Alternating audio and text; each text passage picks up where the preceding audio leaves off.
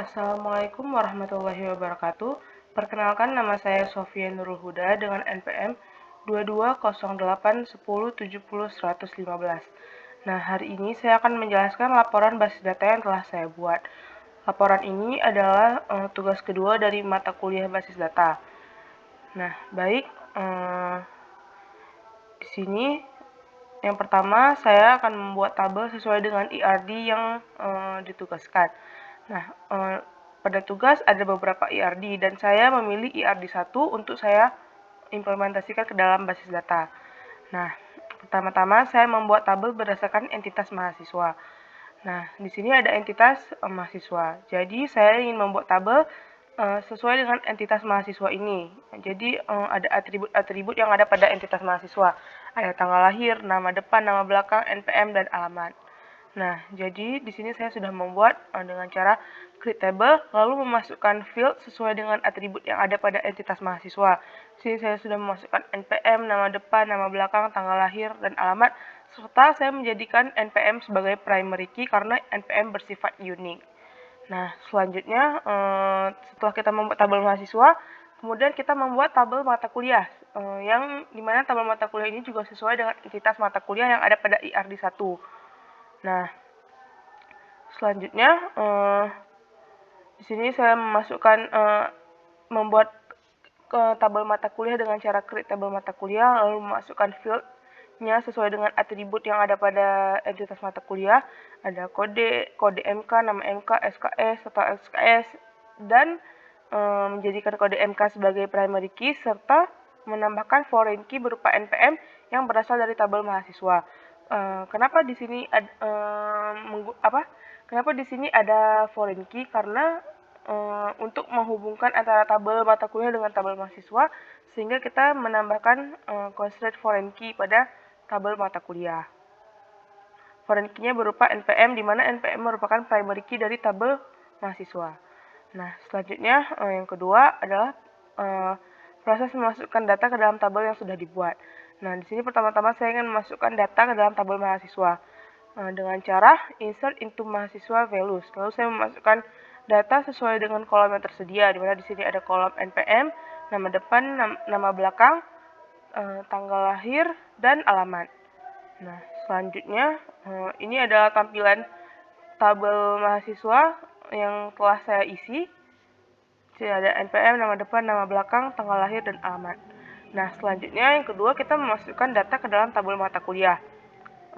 Sama juga dengan proses memasukkan data ke dalam tabel mahasiswa. Di sini juga menggunakan query insert into values ya. Jadi di sini insert into mata kuliah values. Lalu kita memasukkan data sesuai dengan kolom-kolom yang tersedia. Di mana di sini ada kolom kode mata kuliah, nama mata kuliah, SKS, total SKS, serta primary foreign key NPM yang ada pada tabel mahasiswa.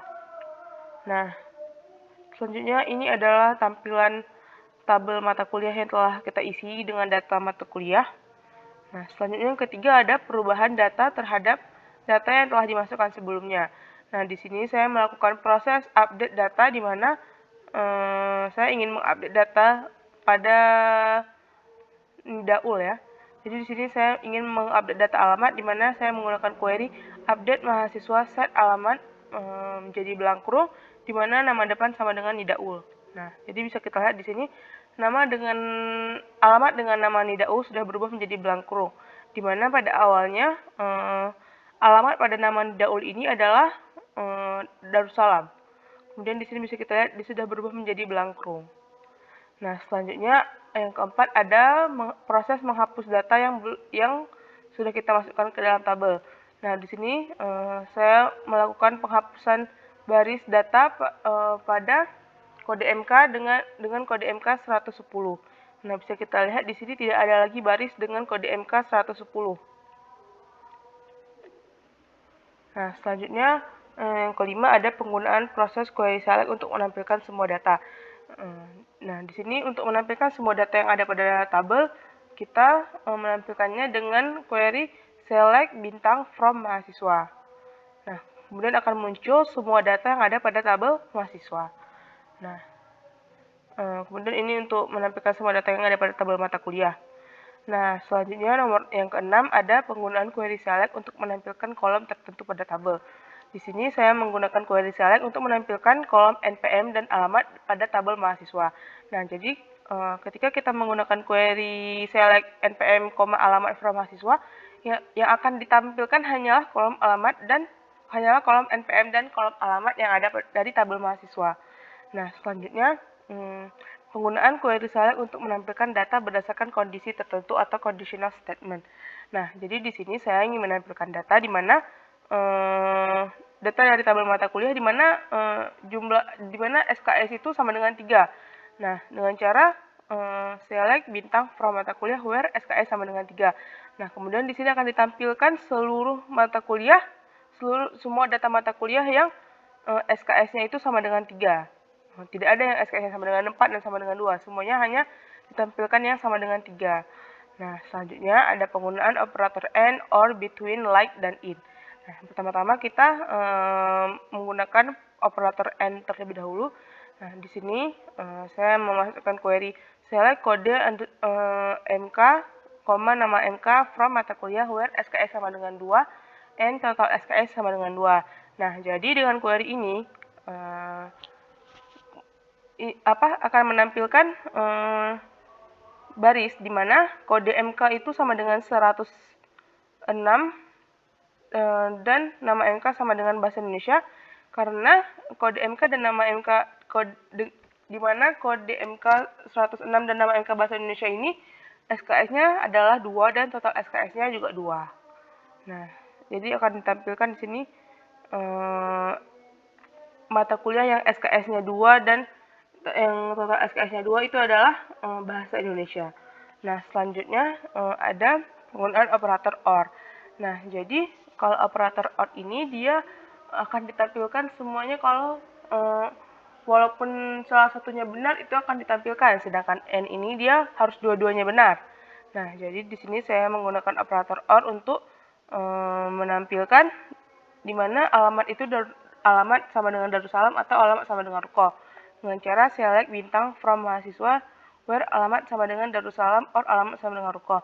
Nah, jadi di sini akan ditampilkan baris di mana alamat ini sama dengan Ruko atau alamat sama dengan Darussalam. Nah, selanjutnya ada penggunaan operator between. Nah, operator between ini untuk menampilkan data dalam rentang tertentu. Nah, seperti contohnya di sini saya menggunakan query select bintang from mata kuliah where kode MK between 105 dan 109. Jadi di sini akan ditampilkan data dari tabel mata kuliah di mana kode MK ini berada pada rentang 105 dan 109. Jadi ada 105, 106, 107, 108, 109. Nah, sebaliknya kalau kita menggunakan operator not between 105 dan 109, maka akan ditampilkan data di luar rentang 105 dan 109, misalnya dari 101, 102, 103, 104. Nah, selanjutnya ada penggunaan operator like. Nah, operator like ini seringkali digunakan untuk mencari data sesuai dengan karakter yang ingin kita cari ya. Seperti di sini saya menggunakan query select bintang from mahasiswa where nama depan like as persen. Nah, jadi di sini akan ditampilkan data di mana nama depan ini diawali dengan karakter huruf S. Nah, operator like ini tidak hanya menggunakan persen ini, bisa juga dengan garis bawah. Misalnya di sini saya ingin mencari data dengan nama depan Sofia.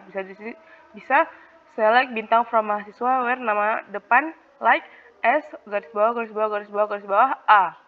Lalu akan ditampilkan data dengan nama depan Sofia. Nah, selanjutnya yang terakhir ada penggunaan operator in. Nah, di sini saya menggunakannya dengan query select bintang from mata kuliah where kode MK in 101, 102, 106. Nah, lalu akan ditampilkan kode MK 101, 102, 106. Nih, penggunaan operator in untuk menspesifikasikan banyak nilai sekaligus pada statement where. Dia sama juga kayak OR tapi bisa lebih banyak. Kalau OR kan cuma bisa 2. Misalnya kode MK sama dengan 101 OR kode MK sama dengan 102. Sedangkan pada operator in bisa sekaligus seperti ini 102, 101, 102 dan 106. Nah, baiklah sekian dari saya. Kurang lebih dari kurang saya mohon maaf. Wabillahi taufiq wal hidayah. Wassalamualaikum warahmatullahi wabarakatuh.